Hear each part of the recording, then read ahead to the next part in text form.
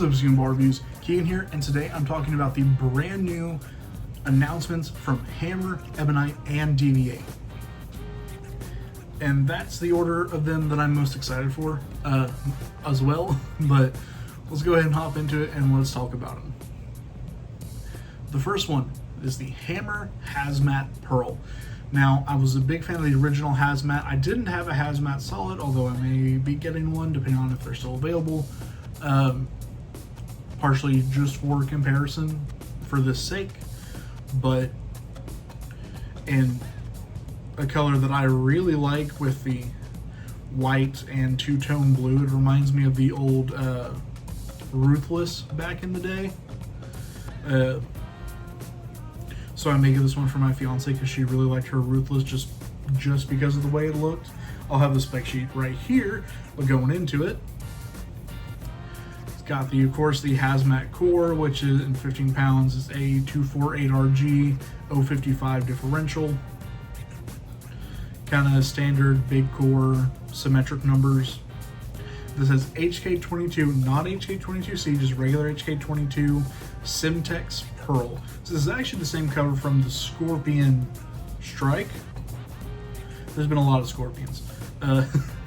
But the most recent Scorpion, the Pearl one, it has the same cover as that, but just a much bigger, much stronger core. I'm getting this one mostly to replace my, of course, with me kind of being back in the shop, I'm pretty much just back with the Brunswick brands. Also, they get better reviews than the Storm stuff does. And also, I'm matching up with them more.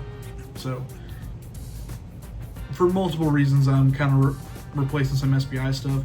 And I'm going to use this one to replace my Summit Peak. Mostly because I also just really like the colors. But yeah, big fan of what this one is appearing to be. Of course, we'll see what happens on lane because the Cypher Pearl was a huge surprise with how it actually reacted versus what was expected from it. They only get into the throwback, the Turbo X from Ebonite. Let's get down here. HK22 as well. GB 10.7 solid. That was definitely on some Game Breaker before. At some point.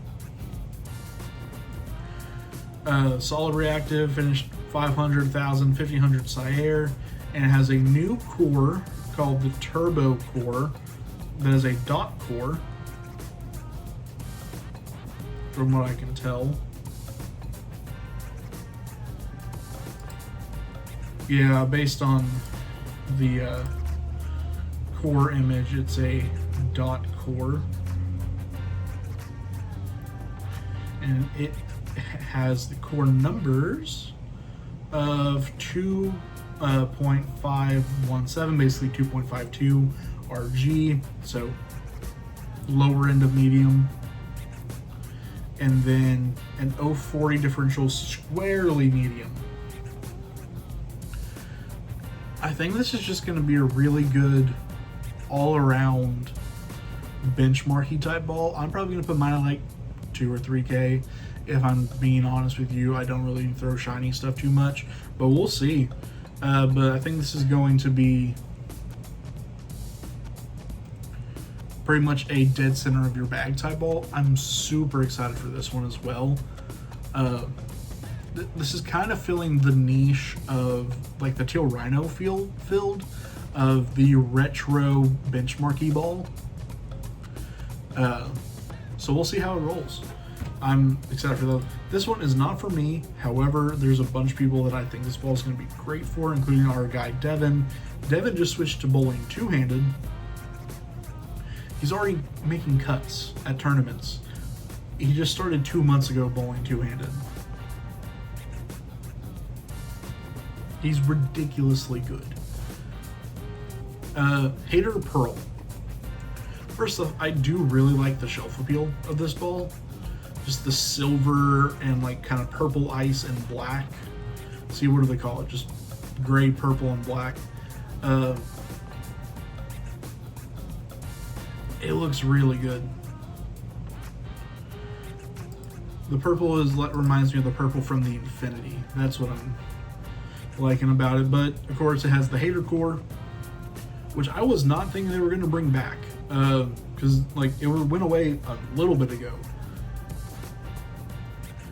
2539, basically 254 RG, so medium to high RG, 054 differential, so high differential, and a 024 asymmetry, which is very close to being like a high ratio asymmetric, but that is a high number.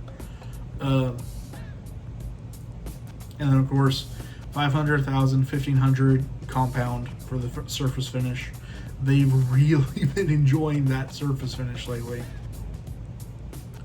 But the part that's fun here is the HK22C Havoc Pearl. They added the cohesion additive to the Havoc, which I think was on the previous Hater. Made it Pearl. It's basically going to be a big, it's going to get down lane, it's going to turn, but you're not going to have, pretty much you're not going to have to worry about it making that corner with the extra length. But yeah, that's really about it. This one seems like it's going to be really good for, honestly, two-handers. Two-handers are going to like this one. I told Devin to get this one. It's going to be a good ball. It's not going to be a Keegan ball, but it's going to be a good one. Anyways, hope you enjoyed this overview. I've been OSIMA Ball Reviews. Oh shoot, I missed again, and I hope I don't miss y'all next time. Thanks for watching.